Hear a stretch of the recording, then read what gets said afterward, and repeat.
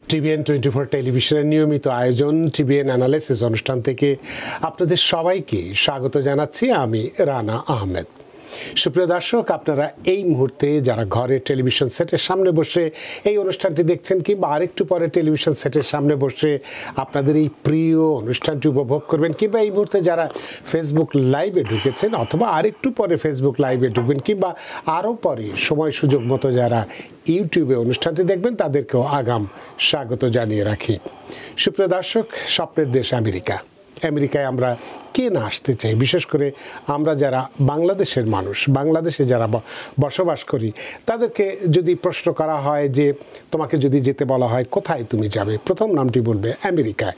সে কারণেই আমেরিকায় আমরা নানাভাবে আসার চেষ্টা করে থাকি, বৈধ অবৈধ নানাভাবে এই দেশে আসার চেষ্টা করে থাকি জীবন গড়ার জন্যে, স্বপ্ন পূরণ করবার জন্যে। অনেক সময় আমরা এই স্বপ্ন পূরণ করার জন্যে কিছুটা হলেও ঝুঁকি নিয়ে, রিস্ক নিয়ে পাহাড় নদী সাগর পার হয়ে আমরা আসি। কেউ আমরা বর্ডারে আসি, কেউ ধরা পড়ি অথবা কেউ ধরা পড়ি না। কেউ আমরা বর্ডার দিয়ে আসলে যদি ধরা পড়ে যাই, সেক্ষেত্রে আমাদেরকে পরবর্তীতে কোর্টে প্রেরণ করা হয়। আবার যদি কেউ আমরা ধরা যদি নাও যদি পড়ি, তাহলে সেক্ষেত্রে আমাদেরকে ইন্টারভিউতে যদি আমরা ফেল করি, সেখানেও কোর্টে প্রেরণ করা হয়। আবার অনেক সময় আমাদেরকে ডিপোর্টেশনে যেতে হয়, নানান প্রক্রিয়া এখানে অনুসরণ করা হয়, কোর্টে যাওয়া হয়। আজকে সেই বিষয়টি নিয়ে আমরা কথা বলবো। গুরুত্বপূর্ণ একটি বিষয় যে ইমিগ্রেশন কোর্টে বিচার শুরু হলে কিভাবে তা মোকাবেলা করব আমরা। আমাদের জীবনে, অনেকের জীবনেই এই ধরনের ঘটনা ঘটছে, বা আমরা ধরে নিতে পারি যে অনেকের যারা হয়তো এরকম আছে তাদেরও ঘটতে পারে।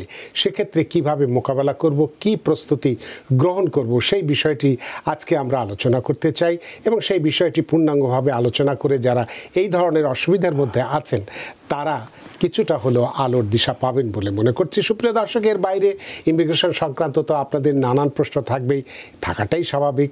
সেই প্রশ্নগুলো করবার জন্য আমাদের টেলিভিশন স্ক্রিনে যে টেলিফোন নম্বরটি ভেসে উঠেছে, তারপরেও আমি বলে দিচ্ছি 646-307-9828 এই নম্বরে ফোন করতে পারেন, কিংবা যাদের ফোন করতে একান্তই অসুবিধা হয় তারা ফেসবুকেও প্রশ্ন রাখতে পারেন। সবগুলো প্রশ্নের উত্তর দেওয়ার চেষ্টা করব, এবং ইত্যকার এই সমস্ত বিষয়ে কথা বলবার জন্য, আলাপ করবার জন্য আমাদের স্টুডিওতে উপস্থিত হয়েছেন আমাদের সকলের প্রিয়জন, প্রিয় মানুষ, প্রিয় মুখ, প্রিয় attorney juris doctor attorney Mir M Mizanur Rahman. আপনাকে স্বাগত। ধন্যবাদ। আবারও আপনাকে ধন্যবাদ মিজানুর রহমান। আপনি কষ্ট করে আমাদের স্টুডিওতে উপস্থিত হয়েছে, এবং আজকে যে বিষয়টি নির্ধারণ করেছি আপনি বুঝতেই পারছেন যে এটি অত্যন্ত একটি স্পর্শকাতর বিষয়। অনেকের জীবনেই এই ঘটনাটি ঘটছে, অনেকের স্বপ্ন পূরণ হচ্ছে, আবার অনেকেরই স্বপ্ন ভেঙেও যাচ্ছে। তো এই বিষয়টি যে আমরা হয়তো, যে কথা আমি বলেছি, কেউ বর্ডার দিয়ে পার হয়ে আমরা আসছি, ধরা পড়ছে, আমাদেরকে ইমিগ্রেশন কোর্টে প্রেরণ করা হচ্ছে, অথবা ধরা পড়েনি, পরে ইন্টারভিউতে গেছি, পাশ করতে পারিনি, ইমিগ্রেশন কোর্টে আমাদেরকে প্রেরণ করা হচ্ছে। আবার অনেক সময় অনেকের ক্ষেত্রেই দেখা যাচ্ছে যে ডিপোর্টেশনও পর্যন্ত হয়ে গেছে, নানান কিছু আছে। সেই সমস্ত যারা এই ধরনের সমস্যার সম্মুখীন হয় তারা কিভাবে এই অবস্থা মোকাবেলা করবে, বা কী ধরনের প্রস্তুতি গ্রহণ করলে এই অবস্থা থেকে উত্তরণ ঘটতে পারে, এই বিষয়টি নিয়ে যদি বিস্তারিত আপনি কথা বলেন, তাহলে যারা এই ধরনের সমস্যার মধ্যে আছেন তারা নিশ্চয়ই কিছুটা আশার আলো দেখতে পাবে। Attorney Mir M Mizanur Rahman. Immigration court, এরকম বেশ কিছু কোর্ট আছে সারা দেশে। সব স্টেটে অবশ্য ইমিগ্রেশন কোর্ট নেই, তো আবার কোনো কোনো স্টেটে একাধিক ইমিগ্রেশন কোর্ট আছে। এটা জাস্টিস ডিপার্টমেন্টের আন্ডারে যে EOIR, executive office for immigration review, এটার একটা পার্ট। এটা একটা অ্যাডমিনিস্ট্রেটিভ এক্সিকিউটিভ ডিপার্টমেন্টের আন্ডারে আর্টিকেল 3 কোর্ট না এটা। হ্যাঁ, এটা এক্সিকিউটিভের আন্ডারে একটা কোর্ট, তবে এটা একটা বিশেষ কোর্ট। এখানে আপনি নিজে যেতে পারেন না। যেমন সিভিল কোর্টে আপনি যাবেন, কেউ আপনাকে প্রতারণা করেছেন, আপনি নাম চেঞ্জ করবেন, সুপ্রিম কোর্টে যাবেন, আপনি ডিভোর্স করবেন ইত্যাদি। যেমন আপনি মানে এটার সাথে এটা তুলনা হয় না, মানে গুরুত্বের দিক থেকে হয়তো, কিন্তু আমি বলি যেমন সুপ্রিম কোর্টের দিক থেকে হয়তো, হ্যাঁ, সুপ্রিম কোর্টে আপনি নিজে যেতে পারেন না, আপিল করবেন, হাইয়েস্ট আপিল, নিজে যাওয়া যায় না। হ্যাঁ, এটা সুপ্রিম কোর্ট পারমিশন দিতে হয় আপনাকে আপিল করার জন্য, সার্ট বলে গেল। তো ইমিগ্রেশন কোর্টে আপনি নিজের থেকে ওই কোর্টে যেতে পারেন না, আপনাকে নেওয়া হয়, এই ধরনের একটা কোর্ট এটা। আচ্ছা, তো ব্যাপারটা হচ্ছে, এবং ইমিগ্রেশন কোর্টে আপনারা হয়তো ভাবছেন যারা ইলিগাল, যাদের গ্রিন কার্ড নেই, সিটিজেনশিপ নেই, তারা যায়, তাদের যেতে হয়, তা না। সিটিজেন, আমি শুরু করি সিটিজেন দিয়ে, সিটিজেনদেরও ইমিগ্রেশন কোর্টে নেওয়া হয়। মানে ব্যাপারটা হচ্ছে বেসিক্যালি ইমিগ্রেশন কোর্টে নেওয়াই হয় আপনাকে বের করে দেওয়ার জন্য।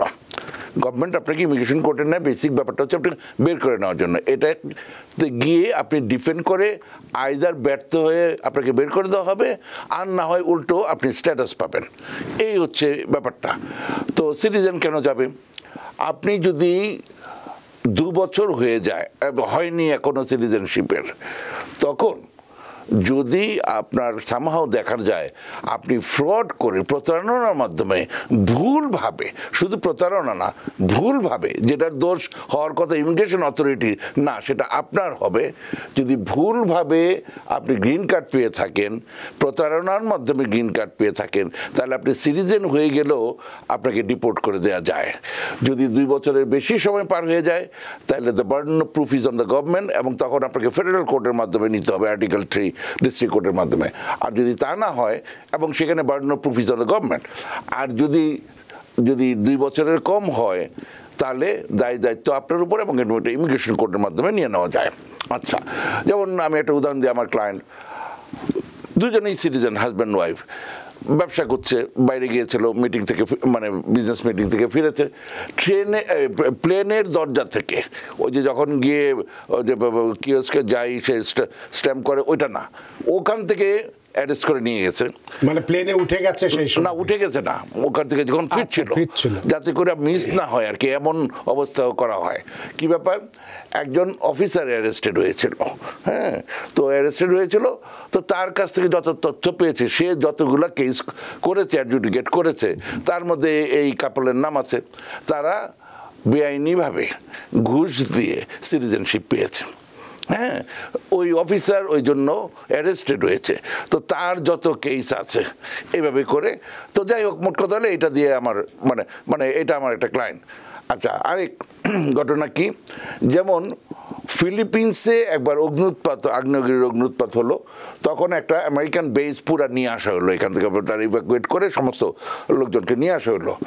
তো ওখানে এক সিটিজেন, সে তার বউ ছিল, তো বউর আবার গ্রিন কার্ড নাই, মানে এখানে না ওখানে বিয়ে ছিল, তো তাকেও আনা হলো, এটা ওই এক ধরনের ভাবে পেরোলে আনা হলো, আমেরিকান অ্যারাইভিং এলিয়েন। তো যাই হোক, ঘটনা হচ্ছে যে দেখা গেল তখন, মানে এনে তারপরে ভদ্রলোক তার ওয়াইফের জন্য এখানে অ্যাপ্লাই করলো।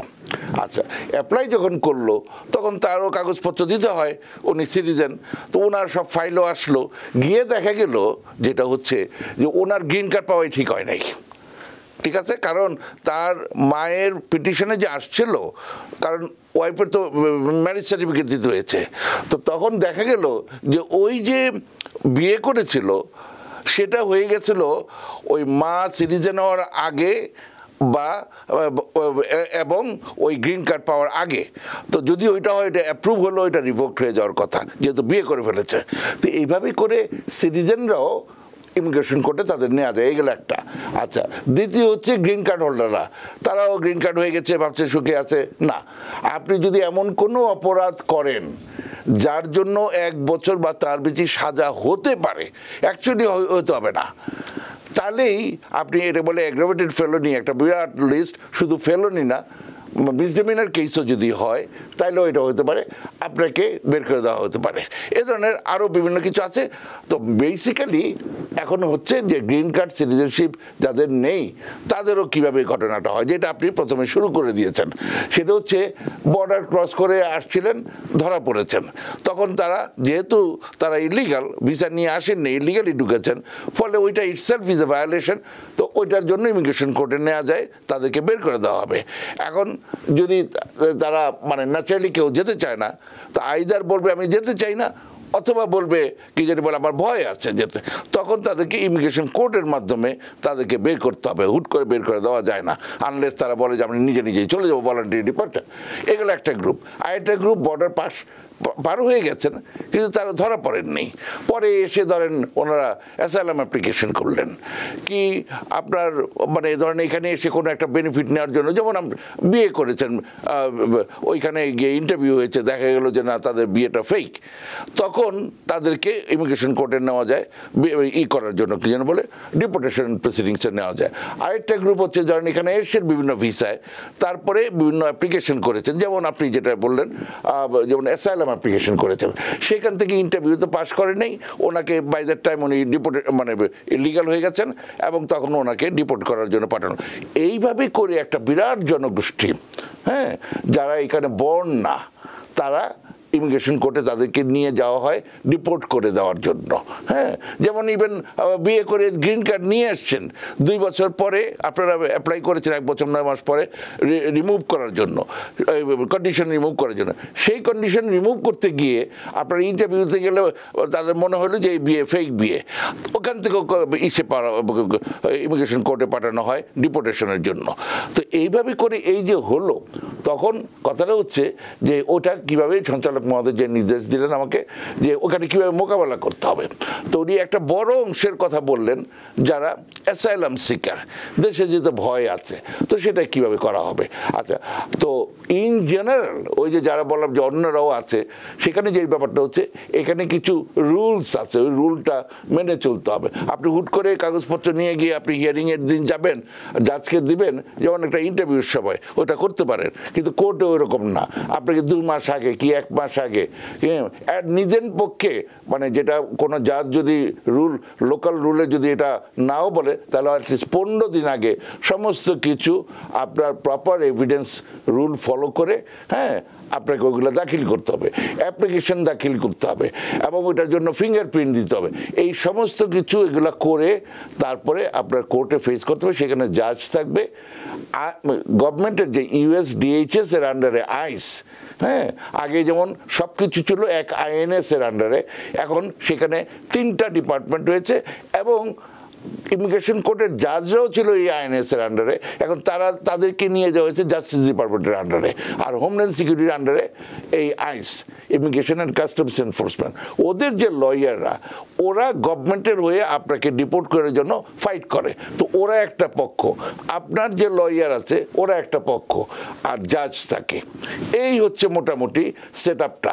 তো সেখানে গিয়ে প্রথমে আপনার জাজ এবং 2 লয়ারই মিলে কথাবার্তা বলে, হ্যাঁ, তো সেখানে মেইনলি এটা মাস্টার হিয়ারিংয়ের কথা দিয়ে শুরু করি, কথা বলে একটা প্লিডিং হয়, তারপরে একটা মানে আরও কিছু কাজ হয়, আপনি সেখানে মোটামুটি চুপচাপ বসে থাকেন, আপনার তেমন কিছু করা থাকে না, এবং আরও লোকজন থাকে, যেমন 50 জনের একটা ওই দিনের ডেট থাকে এ ধরনের।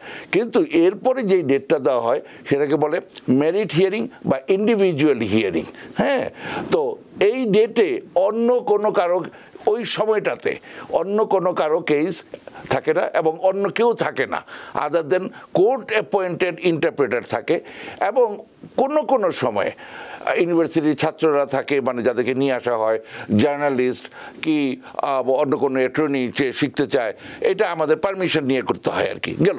তো এই হচ্ছে মোটামুটি, মানে এটা একটা সিক্রেট বলবো না, কিন্তু যেহেতু যেমন অ্যাসাইলাম এটা একটা মানে তারা চাবে না যে তার যে হোম কান্ট্রির গভর্নমেন্ট এটা জানুক যে উনি অ্যাসাইলাম সিক করেছেন বা কি বলেছেন ইত্যাদি, এই কারণে এই ব্যাপারটা প্রিকশনটা নেওয়া হয়। তো নেওয়া হলে প্রথমে আবারও সেই জাজ এবং 2 লয়ারে মিলে কথাবার্তা হয়, কোনো একটা এভিডেন্স অ্যাডমিটেড করা হবে না, ID করা হবে না, রিজেক্ট করা হবে, এই জাতীয়। Want healthier relationships, healthier gatherings, healthier workouts? Stay up to date on your vaccines. When you're vaccinated against the flu and COVID-19, you're protecting yourself and others from serious illness. That makes everything you do healthier.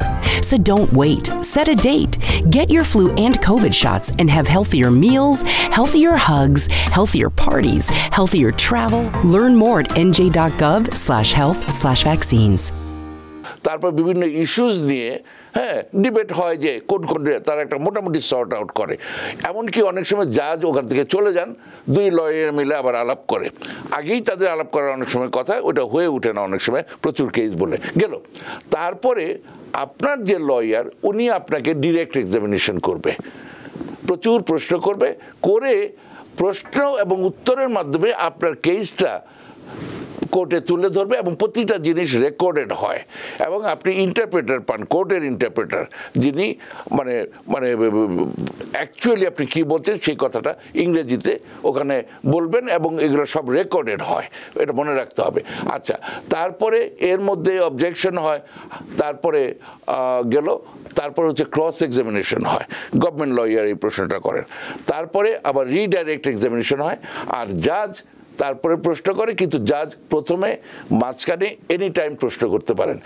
এইভাবে করার পরে সাধারণত ওই দিনই রায়টা দিয়ে দেওয়া হয়, একটা বেশ খানিকটা আধা ঘন্টা ধরে অ্যাটলিস্ট, বা তারও বেশি বা অনেক সময় কম, এভাবে করে একটা ওরাল ডিসিশন দেওয়া হয়। তো দেওয়ার পরে আর শর্ট একটা মানে কাগজে আপনার কি জানি বলে রায়টা দেওয়া হয়, যেমন অ্যাসাইলাম গ্র্যান্ট হলো কি না, গ্র্যান্ট হলো না, ডিপোর্টেড হলো, বিভিন্ন কিছু দেওয়া হয়। আর এরপরে যদি আপনি আপিল করেন তখনই একমাত্র ওই যে যত প্রশ্ন উত্তর এগুলো দেওয়া হয়েছিল, জাজ কি বলল, পরে রায়টা কি হলো, এগুলো সব ট্রান্সক্রিপ্টের আকারে চলে আসে, কিন্তু সেটা না হয় আরেকদিন আলাপ করা যাবে আপিলের ব্যাপার। এই হচ্ছে বেসিক ব্যাপারটা। তো এখন কথা হচ্ছে ওইটার জন্য আপনি কিভাবে মোকাবেলা করবেন, ওইটা এখন প্রশ্ন। আমি কি এখন বন্ধ করবো না? না, আপনি বলতে পারেন, তবে একটু যেহেতু আপনি একটু থামলেনই, সেক্ষেত্রে সজীব হোসেন তিনি হয়তো বাংলাদেশ থেকে প্রশ্নটি করেছেন, কিন্তু প্রশ্নটি আমাদের আজকের আলোচনার সাথে সংশ্লিষ্ট নয়। তার পাসপোর্ট হারিয়ে গিয়েছিল দুবাইতে, সেটা পুলিশ ক্লিয়ারেন্সের ব্যাপার, তো এটি আমাদের আলোচনার বিষয় নেই। সজীব হোসেন, এটি আপনি বাংলাদেশের পাসপোর্ট অফিসের সঙ্গে যদি যোগাযোগ করেন, সেখানে তারা ভালো বলতে পারবে। এই জন্য আপনার এই প্রশ্নের উত্তরটা আমাদের পক্ষে দেওয়া সম্ভব নয় বলে দুঃখ প্রকাশ করছে। তো অ্যাটর্নি মীর মিজান, যেটা আপনি বলছেন, হ্যাঁ, তো প্রথম কথা হচ্ছে যেমন একটা বড় অংশ যে জিনিসটা করেন, যেমন অ্যাসাইলাম সিক করেন, সেখানে আপনি যেটা অলরেডি আমাদেরকে জানালেন যে এটার জন্য প্রথমে যদি অ্যাফার্মেটিভ অ্যাসাইলাম হয়, আপনি নিজের থেকে অ্যাপ্লিকেশনটা করেছেন, তখন এটা অ্যাসাইলাম অফিসে আপনার ইন্টারভিউ হয়। হ্যাঁ, তো তখন আপনি যদি ওখানে পাস না করেন, ওখানে আপনাকে চিঠি দেওয়া হয় এবং সেখানে খুব ক্লিয়ারলি বোল্ড লেটারে লিখে দেওয়া হয় যে this is not a denial. আচ্ছা, হ্যাঁ, এটা খুব ক্লিয়ার একটা কথা, কাইন্ডলি মনে রাখবেন, ওখানেই শেষ না। ওই কেসটা তখন যদি আপনি স্ট্যাটাস না থাকে তাহলেই শুধু মনে রাখবেন।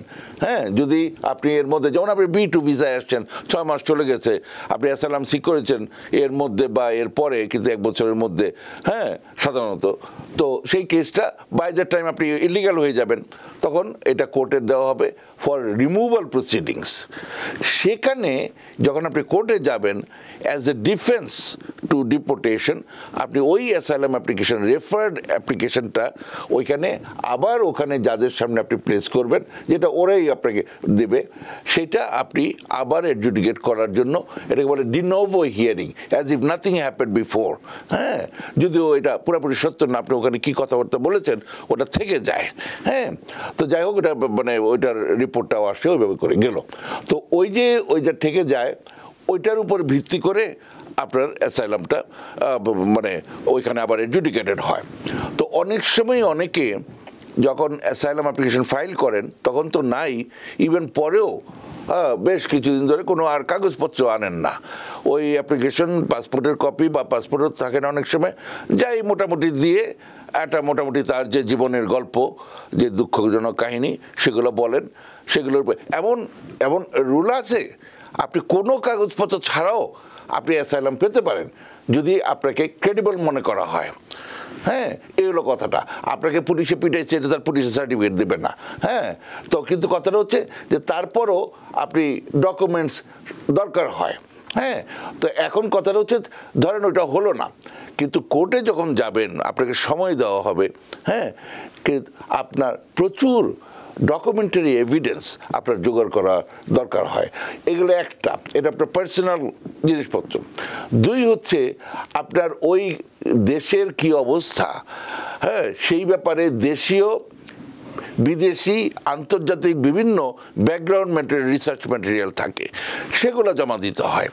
তারপরে থাকে হচ্ছে আপনার একুইটির যে ব্যাপারটা, ধরেন মানে শুধু মানে একটা আছে স্ট্যাটুটরিয়ালি আপনি এলিজিবল কিনা, যেমন আপনার রাজনৈতিক কর্মকাণ্ড ছিল সেটা আপনি ব্যাখ্যা করলেন এবং কাগজপত্র দিলেন, ফলে সেইটার ভিত্তিতে আপনি চাচ্ছেন।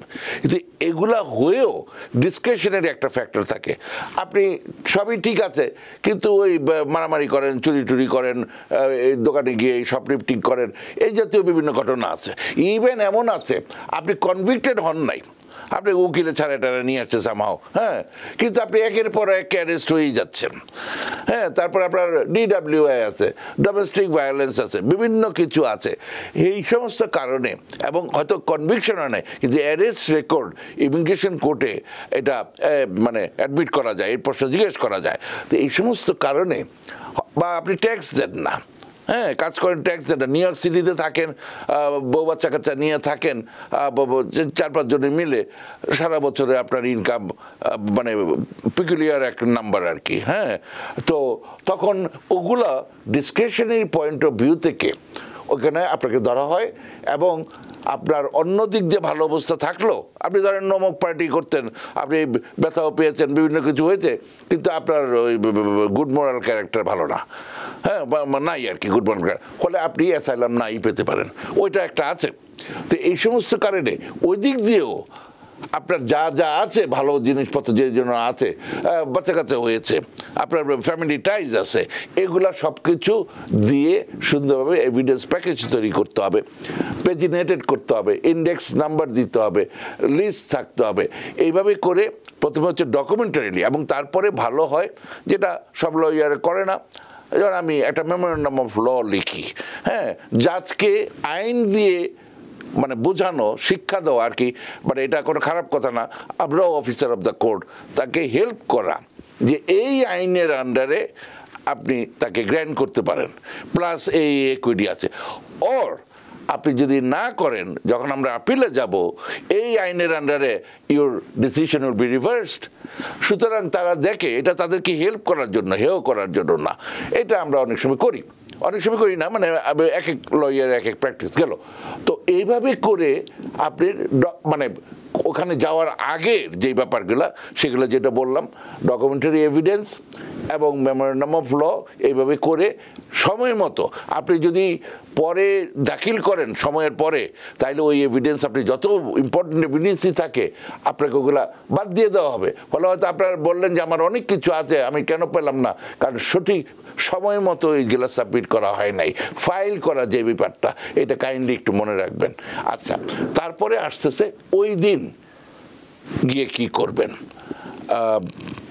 আমি বলবো, আপনি বলুন। হ্যাঁ, আচ্ছা, ধন্যবাদ।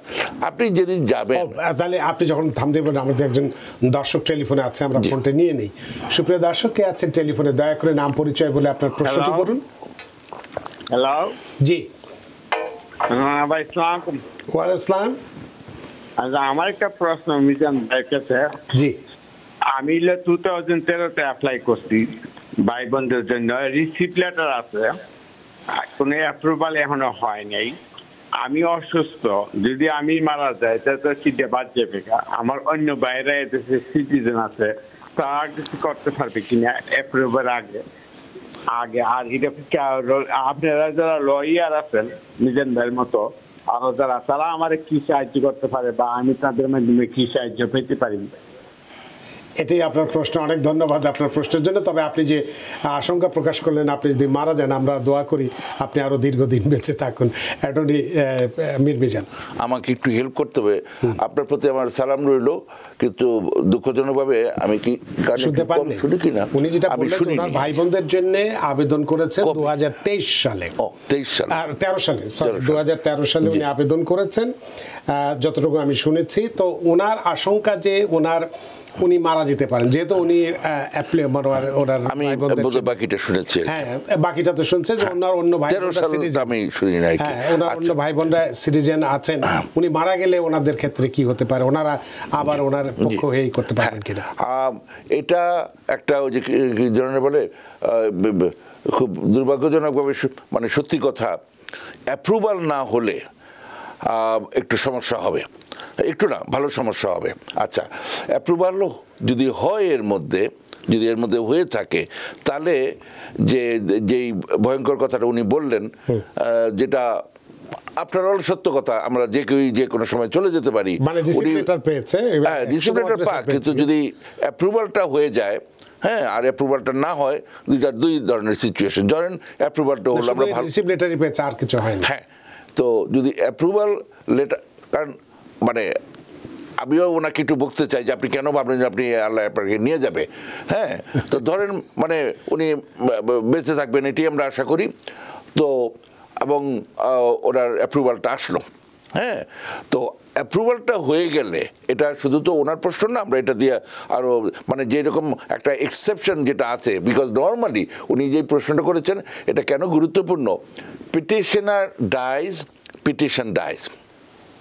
যদি পিটিশনার মারা যায়, নর্মাল নিয়ম হচ্ছে তাই, কিন্তু একটা নতুন এক্সেপশন হয়েছে, সেটা হচ্ছে, এটার প্রশ্নের উত্তর আমি আগেও দিয়েছি। তো এটা নর্মালি যে পিটিশনটা এটা রিভোকড হবে, অ্যাপ্রুভ হলো, এটা রিভোকড হয়ে যাবে অ্যাজ এ ম্যাটার অফ ল।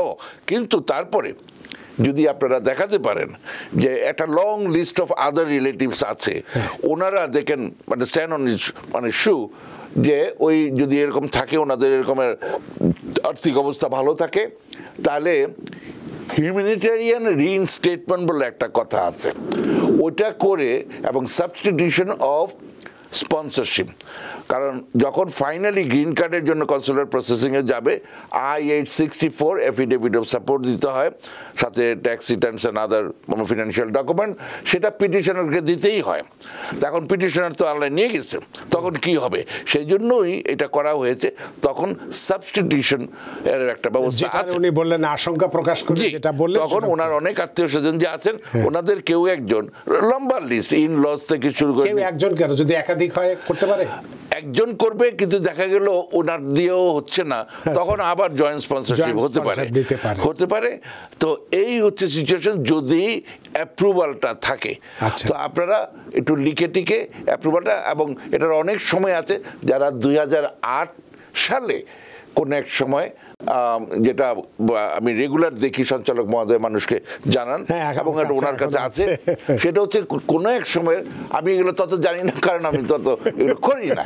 হ্যাঁ, তো যাই হোক, 2008 সালের কোনো এক সময়ে যারা আপনার মতো পিটিশন করেছিলেন, ওনাদেরটা এখন মাত্র কারেন্ট হয়েছে টাকা পয়সা জমা দেওয়ার, তারপরে অ্যাপ্লিকেশন করার, ফাইনাল মানে সেকেন্ড স্টেজে যাওয়ার। সুতরাং আপনার আরও 5 বছর সময় আছে, এর মধ্যে হয়তো কোনো সময় এটা অ্যাপ্রুভড হয়ে যাবে। আপনি এখনো লেখাজোখা করতে পারেন যে এটা অ্যাপ্রুভ করে দেওয়ার জন্য বা আরও কিছু লাগবে কিনা, বা খোঁজ খবর করতে পারেন। কিন্তু নর্মালি যেটা হচ্ছে, যেটা অনেকেরই এরকম হচ্ছে, রিসিপ্ট করে রেখেছে, অ্যাপ্রুভালটা হয়নি, এটা আমি অবাক হচ্ছি না। কিন্তু যদি এটা অ্যাপ্রুভালটা হয়ে থাকে, তখন আপনার বিভিন্ন সুবিধা আছে, অ্যাপ্রুভাল না হলে ওই সুবিধাটা নেই। ধন্যবাদ। অনেক ধন্যবাদ প্রিয় দর্শক আপনার প্রশ্নের জন্য। আশা করি প্রশ্নের উত্তর পেয়ে খুশি হয়েছেন, এবং যেভাবে পরামর্শ দিলেন আজকের অতিথি যদি সেভাবে কাজ করেন, তা নিশ্চয়ই আপনি যে আশঙ্কা করছেন এবং যে কষ্টের কথাটি বললেন, আশা করি সেটি হওয়ার কোনো উনি হয়তো আশঙ্কা হিসেবে কথাটা বলেছেন, যে এটা একটা ভালোবাসা থেকে বলেছেন। উনি যে ভাই বোনদের জন্য অ্যাপ্লাই করেছেন, তারপর আমরা চাই না যে ওনাদের জন্য অ্যাপ্লাই করেছেন, ওনাদের ভালোর জন্য উনি চাচ্ছেন, আর কি করা যায়, তবু আমরা চাই না যে এই ধরনের পরিস্থিতির উদ্রেক হোক। অবশ্যই না। তো সুপ্রিয় দর্শক, আমরা যে বিষয়টি নিয়ে কথা বলছিলাম, যে কোন কোন পরিস্থিতিতে একজন ব্যক্তিকে ইমিগ্রেশন কোর্টে যেতে হয়, এটা নিয়ে আমরা আলোচনা করছি, এবং এই যে কি করণীয় আছে সেটি আমরা নিশ্চয়ই আলোচনা করব। তবে নিচ্ছে একটি ছোট্ট বিরতি, বিরতির পরে এসে এই বিষয়টি নিয়ে কথা বলবো। সুপ্রিয় দর্শক, নিচ্ছে একটি ছোট্ট বিরতি, সে পর্যন্ত আমাদের সাথেই থাকুন। Want healthier relationships, healthier gatherings, healthier workouts? Stay up to date on your vaccines. When you're vaccinated against the flu and COVID-19, you're protecting yourself and others from serious illness. That makes everything you do healthier. So don't wait. Set a date. Get your flu and COVID shots and have healthier meals, healthier hugs, healthier parties, healthier travel. Learn more at nj.gov/health/vaccines. সুপ্রিয় দর্শক, বিরতির পর ফিরে এলাম আপনাদের প্রিয় অনুষ্ঠান TBN অ্যানালিসিসে। আজকের অতিথি jurist doctor attorney Mir M Mizanur Rahman এবং আপনাদের সাথে রয়েছে আমি রানা আহমেদ। অ্যাটর্নি মীর মিজানুর রহমান, আমরা বিরতির আগে আপনাকে থামিয়ে দিয়েছিলাম আজকের যে আমাদের গুরুত্বপূর্ণ যে আলোচনাটি, কোন কোন পরিস্থিতিতে একজন ব্যক্তিকে ইমিগ্রেশন কোর্টে যেতে হয় তার প্রস্তুতি বা কিভাবে মোকাবেলা করবেন আপনি দীর্ঘ আলোচনা করেছেন। এখন আপনি কি করবেন বা কি করার আছে সেই বিষয়টি নিয়ে কথা বলছিলেন, সেখান থেকে যদি শুরু করেন। কোর্টে যেদিন আপনার ফাইনাল যে ট্রায়ালের ব্যাপারটা সেদিন যেটা হবে, যেটাকে দুটা কথা বলা হয়, একটা হচ্ছে মেরিট হিয়ারিং অথবা ইন্ডিভিজুয়াল হিয়ারিং। হ্যাঁ, তো যেটা বললাম শুধুমাত্র আপনার কেসটা সকল ডিসকাশন হবে, আর দর্শক থাকবেন না সাধারণভাবে। তো সেখানে আপনি জাজ এবং দুই লয়ারকে আপনি ফেস করবেন। মনে রাখবেন আপনার লয়ারই আপনাকে প্রথম প্রশ্ন করা শুরু করবে, এবং সেখানেও ওই আপনার লয়ার বলে আপনার যে খুব একটা সুবিধা হবে তা না। কিন্তু এখানে একটু কথা আছে, ওই লয়ের কিছু রেস্ট্রিকশন আছে, যেটা মানে আমি যেহেতু ওই রেসপন্ডেন্টদের পক্ষে কাজ করি সেহেতু আমার জন্য এটা সমস্যা সংকুল। কোনো লিডিং প্রশ্ন করা যাবে না, মানে প্রশ্নের মাধ্যমে যে আপনি উত্তর সাপ্লাই দিবেন ওখানে, হ্যাঁ আপনার নাম কি রানা ভাই, মানে আপনি বলেই দিলেন আপনার উত্তর, মানে বা বললেন যে এরকম অবস্থা, আপনি কি মানে এই যে ব্যাপারগুলো আছে, হ্যাঁ তো সেই ধরনের লিডিং কোশ্চেন করা যাবে না। আচ্ছা, তো যাই হোক, তো এইভাবে করে যে এই যে প্রশ্নের সম্মুখীন হবেন এবং তারপরে জাজও প্রশ্ন করবে গেল। আচ্ছা, আর গভর্নমেন্ট লয়ারের যে ক্রস এক্সামিনেশন, এটার মেইন ব্যাপারটাই হচ্ছে আপনাকে প্রথমে মিথ্যাবাদী বানাতে হবে, তাদের কাজ এটা, দে আর পেইড টু ডু দিস আর কি। হ্যাঁ, আপনার কথাবার্তা, টেস্টিমনি বা বিভিন্ন কিছুর মধ্যে যে ইনকনসিস্টেন্সি আছে, আপনি যে ক্রেডিবল না, এই হচ্ছে এটা প্রমাণ করা হচ্ছে ওনার মেইন কাজ। এই জন্যই তাকে টাকা দেওয়া হয়, মানে বেতন দেওয়া হয়। সুতরাং এটা তার কাজ আর কি। হ্যাঁ, যে আপনার মানে আপনাকে বিশ্বাস করা যায় না, তাহলে এই বাস আপনার কেস শেষ হয়ে গেল। আমি একটা উদাহরণ দিই। হ্যাঁ, চাইনিজ ভদ্রমহিলা লং আইল্যান্ডে থাকে, স্বামী এবং বাচ্চা কাচ্চা সহ, তো চার্চে যায় ম্যানহাটনে। আচ্ছা, কিভাবে যাও? আমার ল্যান্ডলেডি আমার প্রতিদিন ফ্লাশিংয়ে যায় তার ওই ডাক্তার দেখাতে, তো ড্রাইভ করে আমাকে ফ্লাশিংয়ে নিয়ে যায়। সেখান থেকে চাইনিজ বাসে করে আমি ক্যানাল স্ট্রিটে চায়না টাউনে চলে আসি, ওখান থেকে হেঁটে হেঁটে আমি চার্চে চলে যাই। এই হচ্ছে ওয়াইফের বক্তব্য। স্বামীকে ডাকা হলো, সেও মানে উইটনেস। কিভাবে তোমার ওয়াইফ যায়? আমি তাকে ড্রাইভ করে দিয়ে আসি। এনাফ, কেস ইজ মানে ডিসমিসড। হ্যাঁ, তো এই যে কথা আমি বললাম, এরকমের যে কোনো দুইজন মানুষের মধ্যে যে কথাবার্তা হবে বা আপনার যে ডকুমেন্টারি, আমি ওইটাই ডিটেল আসতেছি, কথা সাবমিশনের সাথে আপনার যে কথাবার্তার মধ্যে যদি অমিল হয়, হ্যাঁ, তাহলে আপনার কেস কিন্তু মানে হয়ে গেল, আপনি হেরে গেলেন। আচ্ছা, তো ফলে এই যে ওখানকার যে টেস্টিমনিটা, এই ওভারঅল ব্যাপারটা খুবই ইম্পর্টেন্ট আর কি। কীভাবে জাজও আপনি তো সমস্ত কিছু আগে, ওই যে বললাম 15 দিন আগে, 2 মাস আগে সাবমিট করবেন। এটা প্রথমে সার্ভ করতে হয়, serve to the other party, government লয়ারদের কাছে। আচ্ছা, আর ফাইল করতে হয় কোর্টে। তো ফলে দুইজনই জানেন যে আপনি ওখানে কি বলবেন বা কি অ্যাপ্লাই করছেন, তাহলে আপনার যাওয়ার দরকারটা কি? ব্যাপারটা হচ্ছে ওখানে শুধুমাত্র ওই জিনিসগুলো দেখবে তা না, আপনি যখন যাবেন আপনার এবং আপনার উইটনেস যারা ওখানে যাবে ওদেরকে 10 সেকেন্ড দেখে যেন জাজ এবং গভর্নমেন্ট লয়ার ফিল করে এই কেস তার কেস, মানে এটা জাস্ট কেউ একজন বানায় দিয়ে দিল। হ্যাঁ, আপনি জাস্ট গেলেন, আপনি জানেনও না এই কেসে কী কী ডকুমেন্ট সাবমিট করা হয়েছে, আপনার কোনো কেস নাই। সোজা কথা, আপনি ওই হিয়ারিংয়ের দিন প্রথম গেলেন, লয়ার এসে খুঁজতেছে মিস্টার চেন, এরকমের প্রচুর দেখা যায়। বাস এই তার লয়ারের সাথে দেখা, বাকি সব কিছু নাকি ওই যে যারা অন্যরা থাকে, বুঝতেই পারতেছেন, হ্যাঁ, তারা এই সব কিছু করে, শুধু ইসের দিন তারা নাকি লয়ার পাঠায় দেয়।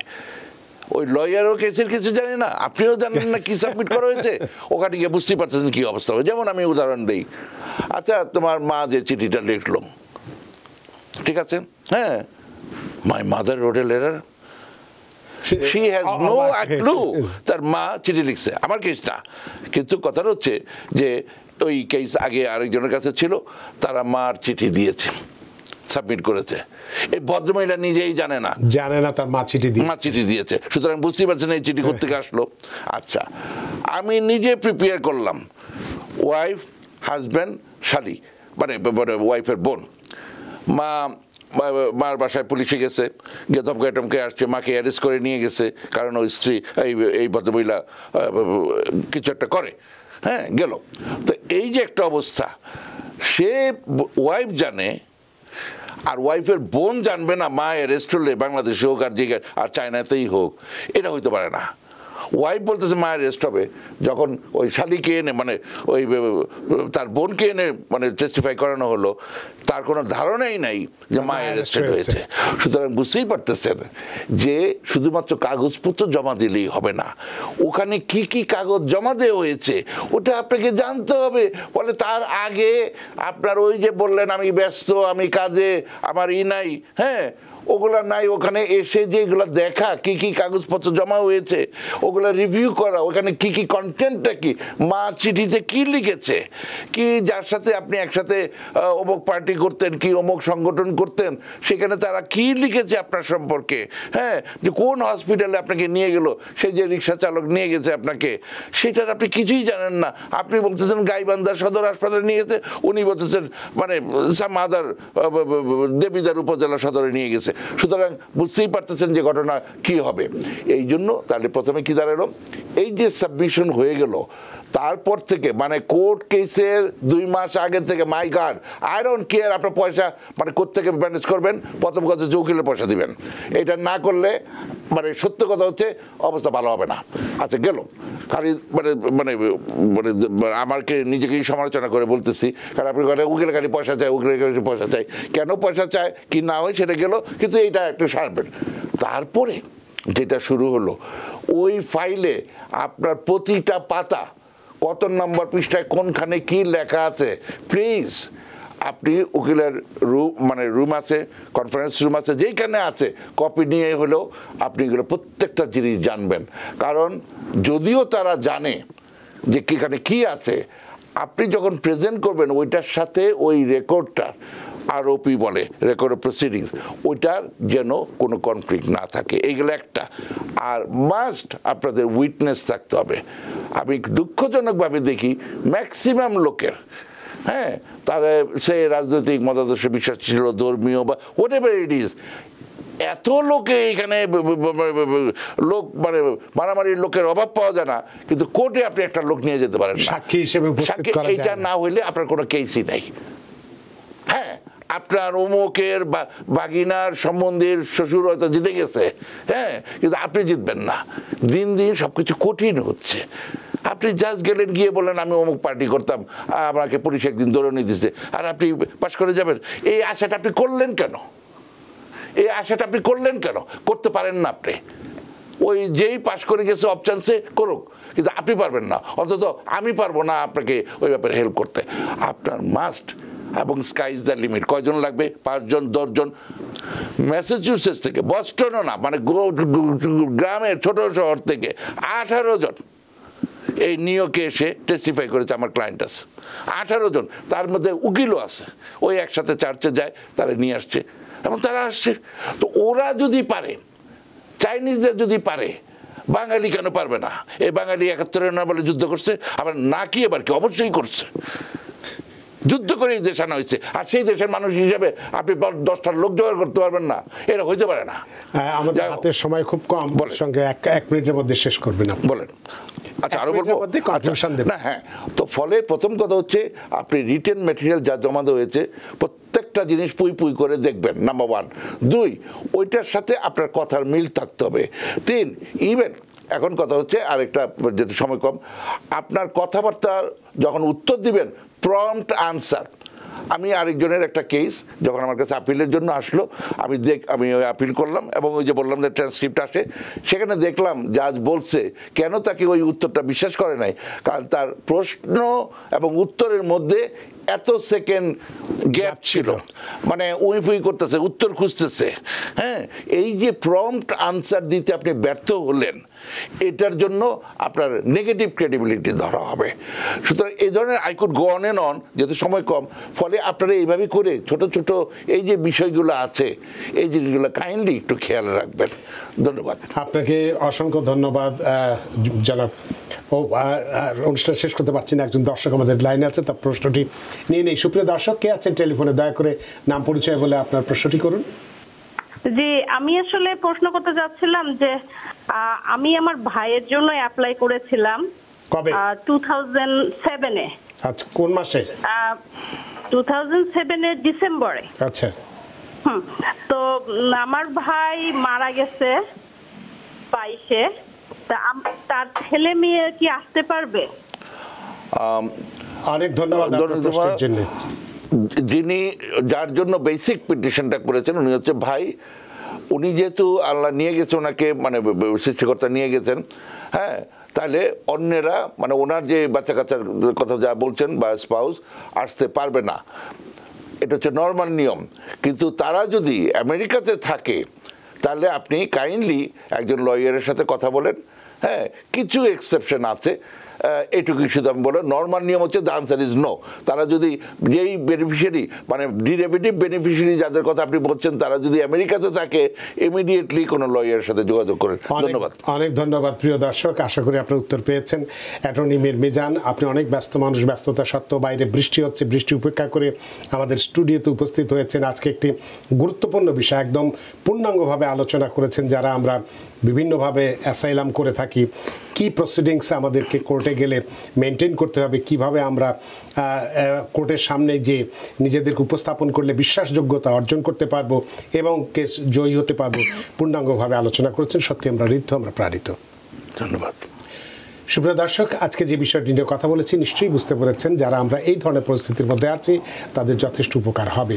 সুপ্রিয় দর্শক, আশা করি অনুষ্ঠান ভালো লেগেছে। যে যেখানেই থাকুন, ভালো থাকুন, সুস্থ থাকুন, নিরাপদে থাকুন। থাকুন TVN 24 টেলিভিশনের সাথেই। শুভরাত্রি। TVN 24 টেলিভিশন দেখতে আজই কল করুন 7187776556। লগ ইন করুন www.totalcablebd.com। নিউ ইয়র্ক থেকে সম্প্রচারিত TVN 24 টেলিভিশন বিশ্বজুড়ে বাঙালির কণ্ঠস্বর।